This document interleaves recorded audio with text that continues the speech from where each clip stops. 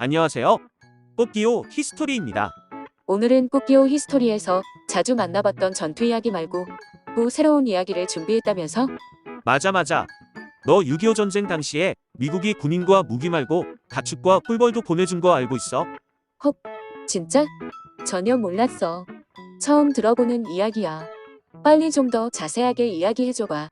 1950년 6월 25일 북한의 남침으로 6.25 전쟁이 일어난 후 전쟁이 길어지면서 대한민국은 점점 망가지기 시작했어.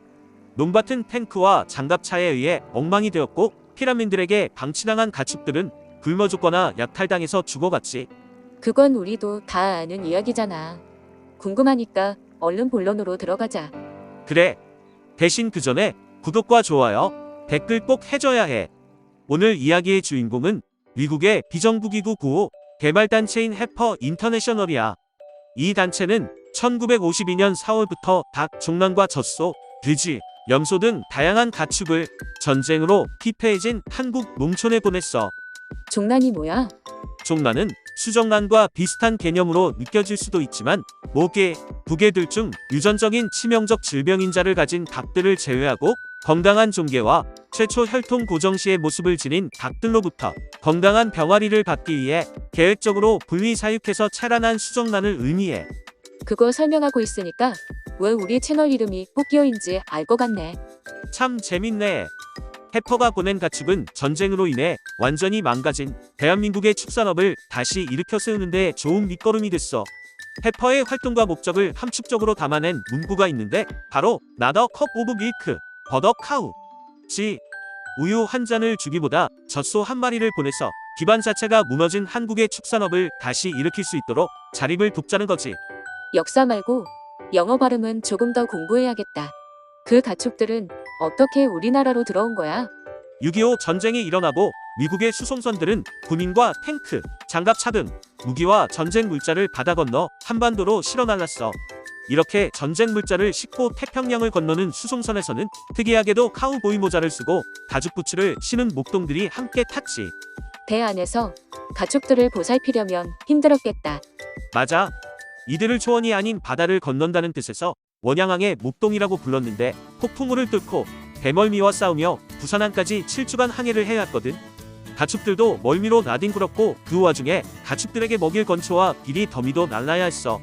이런 일들도 힘들었지만 가장 고달픈 일은 여기저기서 쏟아지는 가축들의 배설물을 신속히 치우는 일이었다고 해.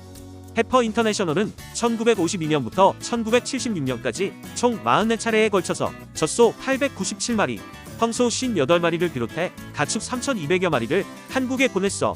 이 작업에는 총 300여 명이 넘는 원양항의 목동들이 동원되기도 했고, 이렇게 들어온 가축들은 부산이나 대전을 포함해 전국의 농가나 고아원, 낙농 기술을 교육하는 학교 등으로 보내졌고 빈곤 농가의 자립과 한국의 낙농업 발전에도 많은 도움이 돼. 목동분들이 정말 고생이 많으셨겠다. 너무 감사한데? 아까 가축들 말고 꿀벌도 보내줬다고 했잖아. 다큐멘터리를 보니까 꿀벌이 생태계에 있어 정말 중요하다고 나오던데 꿀벌들이 한국으로 온 이야기도 들려줘. 전쟁 중의 위생이나 다양한 이유로 살충제가 다량으로 사용되면서 식량을 생산하는 작물의 꽃가루를 운반하는 곤충 대부분이 사라지게 되고 생태계가 완전히 망가져 버렸어. 그래서 생태계 복원을 위한 구체적인 지원 방안을 고민하다가 식물의 수분작용을 담당하는 꿀벌들을 남한에 보내기로 결정하지. 그런데 UN 식량농업기구에 따르면 세계 100대 작물 중 71%가 꿀벌을 통해 수분한다고 하고 과일이나 채소가 성장하는데도 꿀벌이 매우 중요하니까 정말 멋있고 똑똑한 결정이다. 이 이야기는 꼭 한편의 작전 같아. 1954년 4월 미국 캘리포니아주 오클랜드 공항에서 200개의 벌통에 나눠 담긴 150만 마리의 꿀벌들과 염소 75마리, 토끼 500마리를 실은 비행기가 출발해. 이들은 꿀벌의 안전한 수송을 위해 특별한 비행 환경을 조성했어. 당시 일반적인 비행기의 비행 고도는 2.4km에서 2.7km였지만 이 비행기는 꿀벌들의 컨디션을 최상으로 유지하기 위해 그보다 절반 이하인 1.2km 정도에서 비행했어. 또 비행거리가 2,000에서 3,000km의 중형 프로펠러기를 이용했기 때문에 미국에서 한국까지 여러 기착지를 거쳐 3박 4일간 비행해야 했고 눈, 비, 얼음 등 조종사의 시야를 가리는 악천후를 뚫고 가야 했지. 진짜 한 편의 영화 같다. 이 해퍼 인터내셔널은 어떻게 우리나라를 도우게 된 거야? 해퍼라는 단어 자체가 암소를 뜻하는 단어거든. 해퍼 인터내셔널은 가축 지원을 통해 굶주림과 빈곤을 벗어나도록 자립할 수 있게 도와주는 기관이고, 이들은 한국을 위한 노아의 방주 작전이라는 이름을 짓고 가축 구호 사업을 추진하게 돼. 해퍼는 1951년 실태 조사를 통해 전쟁으로 한국 농가의 주요 자산인 가축이 대부분 사라졌고 식량이 절대적으로 부족하다는 사실을 확인했어. 이후 해퍼는 유엔 한국 재건단과 함께 한국을 위한 종란 보내기 사업을 추진하게 되지. 1951년 1월 미국의 승인을 받고 1952년 2월 계란 회사인 크레이턴 브라더스로부터 종란 7만 개의 기증도 약속받아. 미국의 농민 출신이신 벤 웨스트라는 분이 설립하신 단체로 알고 있는데 너무 멋있는 단체인 것 같아. 종란도 배로 옮겨진 거야? 그건 아니야. 1952년 4월 1일에 인디애나 미드웨이 공항에서 계란 200상자를 1차적으로 항공기에 실어서 보냈거든. 더글러스 DC4가 종란 수송에 동원되었는데 미니애폴리스와 시애틀, 앵커리지, 알래스카, 도쿄 등을 경유해 사흘 후인 4일에 김해공항에 도착했지. 이후에도 해퍼는 두 차례 수송 작전을 통해 총 21만 6천 개의 계란을 한국에 보내줬어.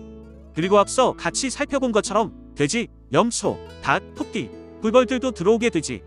여기에 재밌는 이야기가 있는데 해퍼가 보내준 황소 중에는 아이젠하워 대통령이 기증한 황소 한 마리도 포함되어 있었어. 해퍼 인터내셔널이 한국에도 지부가 있어? 그럼 2020년에 한국 지부인 해퍼코리아가 설립되었어.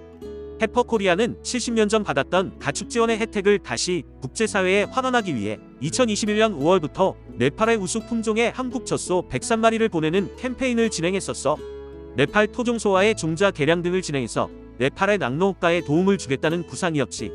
실제로 작년인 2022년 12월 22일에 한국의 젖소 42마리가 비행기에 실려서 네팔로 공여되었었는데 살아있는 소가 외국으로 반출된 첫 사례였어. 총 101마리의 소들이 네팔에 공여되었고 이 공여자에는 해퍼 인터내셔널을 통해 젖소를 받았던 농장주도 포함되어 있었지. 해퍼가 한국의 젖소 품종을 제공할 때 딘 쇼앤거트 선교사님과 한국의 기독교 연합봉사회의 도움도 많이 받았다고 들었어. 특히 딘 쇼앤거트 선교사님은 1952년부터 1989년 귀국할 때까지 37년간 기독교 농군학교에서 시범농장 운영을 맡으면서 가축 구호 사업을 도왔다고 알고 있는데 정말 많은 분들의 노력 덕분에 우리나라가 낙농업 5위 국가로 성장할 수 있었던 것 같아.